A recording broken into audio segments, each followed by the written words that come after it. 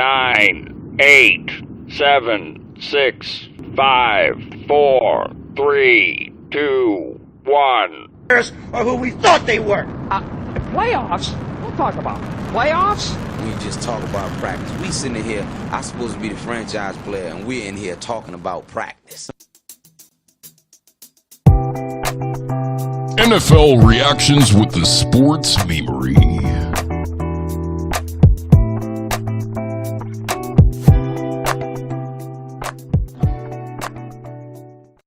Week 5 is in the books, and obviously the biggest story of the week is this. Now going to keep it. Prescott breaks the tackle. And picks up a total of 9 more. Oh, no. Oh, no. You almost got to hope it's a cramp, don't you, if you're All right. I'm not trying to laugh. It's obviously not a funny situation, even slightly. Not even funny, even slightly. But Tony Romo saying, you got to hope it's a cramp when his leg is literally 90 degrees to the right. I couldn't. It was such a horrific moment. And I knew right when it happened, I was like, man, that leg is not facing the right way. Dak is out for the season. Tony Romo, like, I feel like he's just such a nice guy. He was trying to soften the blow. You hope it's a cramp. Well, I mean, we're a meme page, right? Right. Oh no, you gotta hope it's just a cramp. For every horrific injury is just going to be memed for eternity. Like Tony Romo was great ever since he's been in that box. He's again, this is an overreaction show. Overreaction. He might be the best NFL announcer in the box, in my opinion. I'd rather listen to him over anyone else. But yeah, I mean, he is going to get memed for seasons. I'd like to see a montage of just terrible injuries, and then that soundbite of over and over again. A guy getting shot. You hope it's just a cramp. Yeah.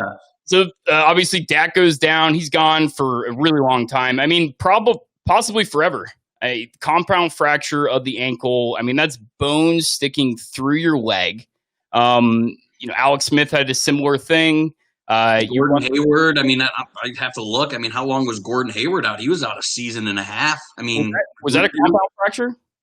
I'm not sure if it was compound, but it was similar where it was just dangling, there. So, and I think that was like every bit of 16, 18 months. So, I mean, that's this season and potentially next season.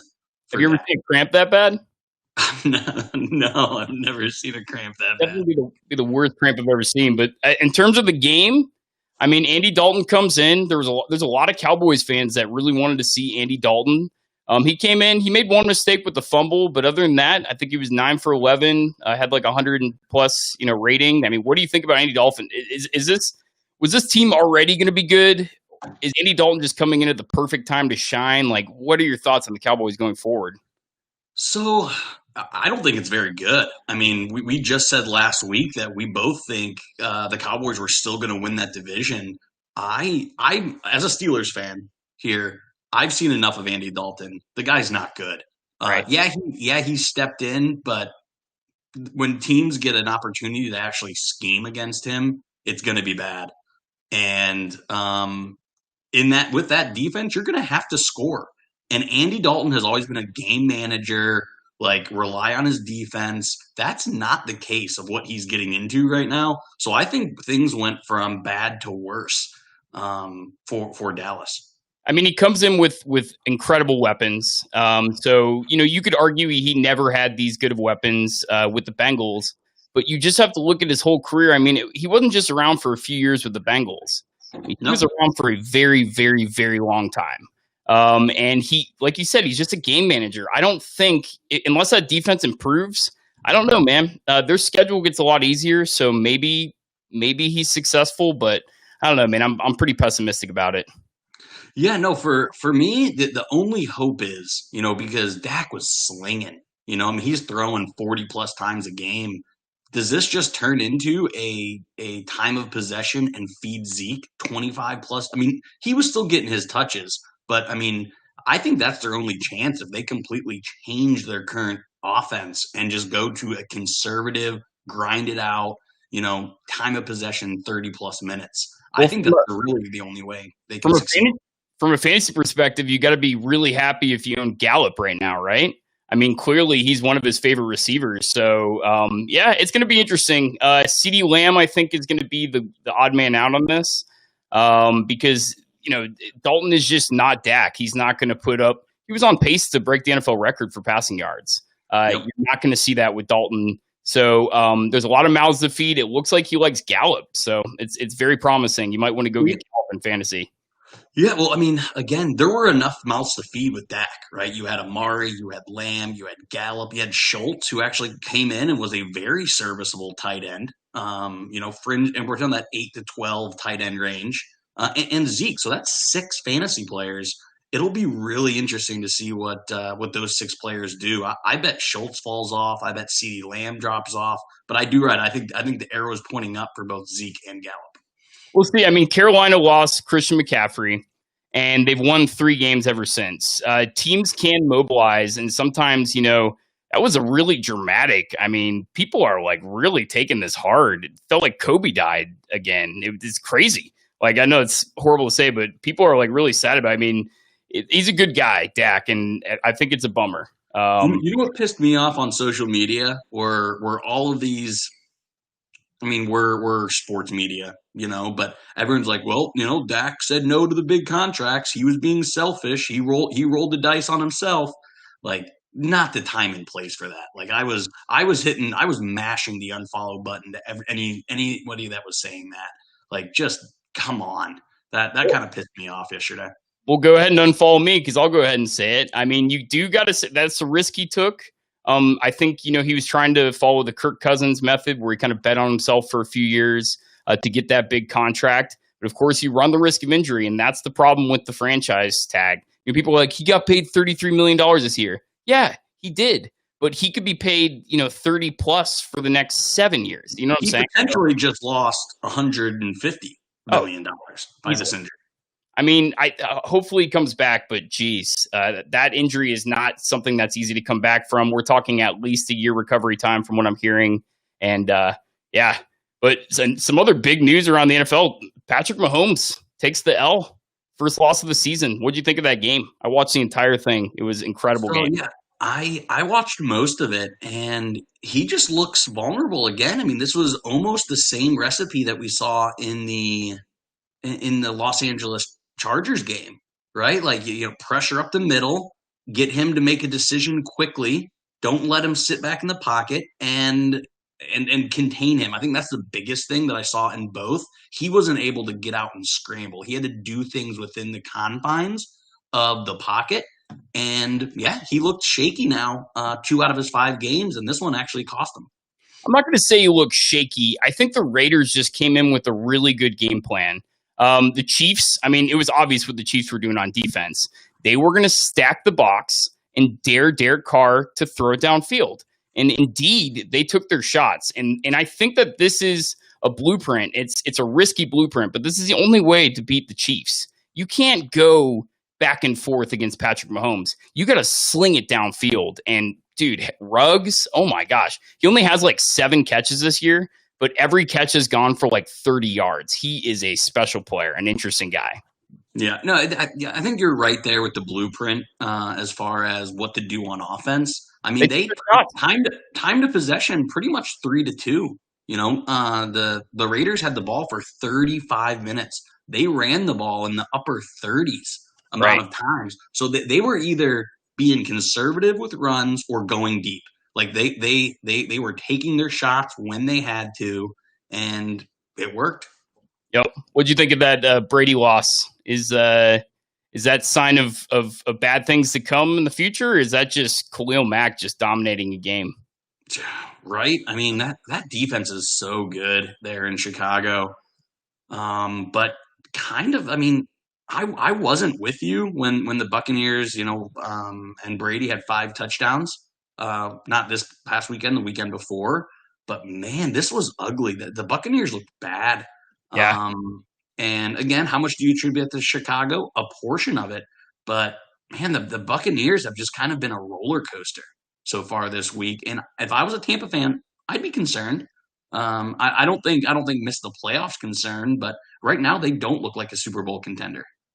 I think they're still getting it together. That game was just Khalil Mack. I mean, it was just a mismatch on the edge. You see that play where he just picked up Wirth and just like threw him down like that. He's just a bear, man, and he's still just as good.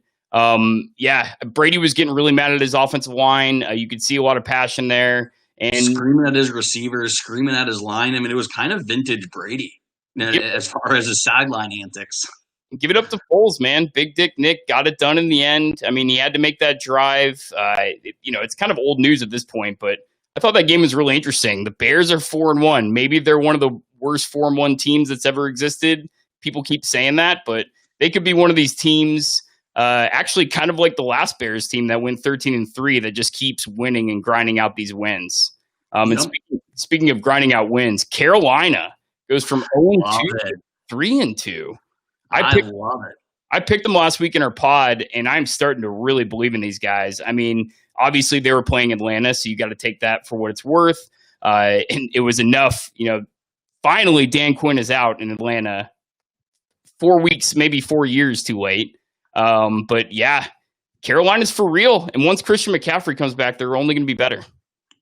Yeah, I mean, there are a ton of good games, and we'll get into it on Wednesday. But I'm really looking forward to Bears Panthers. Right. I think I don't really know how to evaluate either team. Like, I'm down on the Bears, but they're 4-1. I'm super high in Carolina. They're only 3-2. I think I'm gonna learn a lot watching that game on Sunday. Right. Sure. And who's the worst team in the league right now? At first, at the beginning of the year, we were looking at the Jags. Oh, are the Jags going to be surprising? And then they drop every single game since. The Jets are obviously really bad, and the Jets are about to lose their coach. I'm certain of that. But who would you take between the Jags, Jets, and Washington? Who's worse? Man, I'm just sentimental reasons. I'm rooting for Washington and Alex Smith. So I'm going to eliminate Washington there.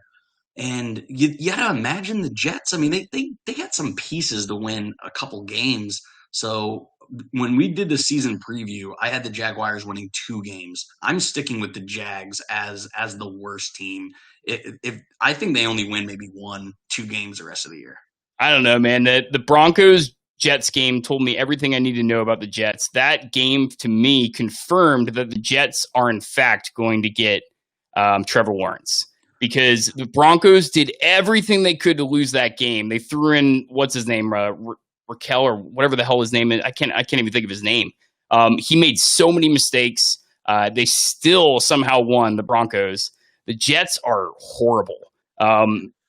They are, but I think the key to the Jets season is almost what you said to start this topic was Adam Gase is going to get fired. I think that's an addition by subtraction. I think it's a Bill O'Brien situation. I think that they could probably scratch and claw 4 wins together, and with the schedule that they have. So yeah, I mean, again, when we're splitting hairs here, I think Jacksonville wins 3 and the Jets win 4. I mean, I think it's definitely between those two. Is Jimmy G done in San Fran? Overreaction Monday? I mean, it certainly looked like it. Overreaction. Jimmy G done? Yeah, I mean, you look fucking horrible. I'll say it's the worst quarterback performance I've seen all year, by any quarterback. So he's a guy who plays good when his team around him plays good. And man, with all the injuries that they're having, he has no weapons. I think he's done. I mean, the 49ers are in a lot of trouble. Yeah, I mean, you and I, hit on it all offseason that the Super Bowl hangover is real. I think we're seeing that go into full effect. I think you hit it right here. Last pod, their injuries are some of the worst injuries in the entire league. And yeah, I think Jimmy G is a replacement level player. I've been saying that ever since New England let him go. So yeah, Overreaction Monday, get Jimmy G out. Tank for Justin Fields or Trevor Lawrence, because there's a lot of pieces in San Francisco to like other than the quarterback. Yeah. 7, man, could you imagine if that team got Trevor Lawrence? It would be a fucking, oh my God, I'd be so mad. If that team got Trevor Lawrence, it's just like when they got Bosa. because they had a really bad year, but you could tell they were an up and coming roster. Getting a team like that, getting Bosa, if they get a quarterback, if they get like Justin Fields or Trevor Lawrence, that's going to be a dangerous team for a really long time. Completely agree. So Russell Wilson gets it done. He continues his domination against the Vikings. He has never lost against the Vikings, including in the playoffs. They face off almost every year because they seem to always be on the same level record-wise, or the divisions face off. What did you think of that game? Good Lord! Did you see the end of it when they? Let's fast forward. You are a Vikings fan. Do you go for it on 4th and 1, or do you kick it? I go for it on 4th and 1 all day long. I had no problem with that call. You're 1-3 playing a 4-0 team. You got nothing to lose. The season's slipping through your fingers. You need a convincing win. If they get the first down, maybe even runs it for a touchdown. You can motivate your team. They're trying to look for any spark. I have no problem with the call. What do you think? I agree with you. I think it was the right decision. You don't give Russ the chance to get the ball back. Right. Like that. Amen. Like, I don't care what the percentages say. Everyone always says, take the points, take the points, take the points. Russ right now is the MVP in the league. You do not give him an opportunity to go down and score with that much time left. So it's unfortunate, but that's why he's the MVP right now, and that's why he's the best player in the league 5 weeks into the season. If you looked at the overhead view of Alexander Mattison, he could have easily busted it right. Dalvin Cook 100% would have gotten that first down. I don't know that there's any player in the league, any non-quarterback offensive weapon in the league that is more important to their team than Dalvin Cook. I mean, the second that Dalvin Cook left that game, they were immediately ineffective. I mean, it looked like you took a knife and stabbed an inflatable like raft, and it just like all their momentum, everything was gone the second that Dalvin was gone. They need him. So yeah, what is that history? I mean, or not history, injury. Is it just a hamstring pull, and is he going to miss any weeks? What's the prognosis there? He had an MRI today, so we'll know soon. I'm sure that we'll probably know tomorrow morning. But it looked like you don't rush him back, right? I mean, is your season over, or like what? Where is the Vikings going forward here? The Vikings aren't going to throw in the towel, so no, the season's not over as far as they're concerned. As far as I'm concerned, it's been over since week 1 when we just got stomped by the Packers. But yeah, I mean, no, they're not going to quit. Dalvin Cook, he came out of the locker room. He was shifting around. He actually went in for a play, which is really bizarre. That was just a little bit of a teaser for people that had Dalvin Cook on their fantasy team, because everybody else was probably just like, well, I'm done. And then he comes out, plays one play, and he's out for the rest of the game. I hope groins are a problem, man. You can re-injure him at the drop of a hat, and so that's going to be huge issue. The Browns, we mentioned on the last pod, you don't want to live in a world where the Browns are 4-1. Well, guess what? They're 4-1, and they look fucking good. You guys were talking up the Colts big time. I was the only one that took the Browns in the last pod. What are your thoughts on the Browns? I mean, or was Phillip Rivers? Geez, that guy sucks. He literally gifted him 9 points. What was the final score? I mean, that game was a lot closer than what the final score indicated.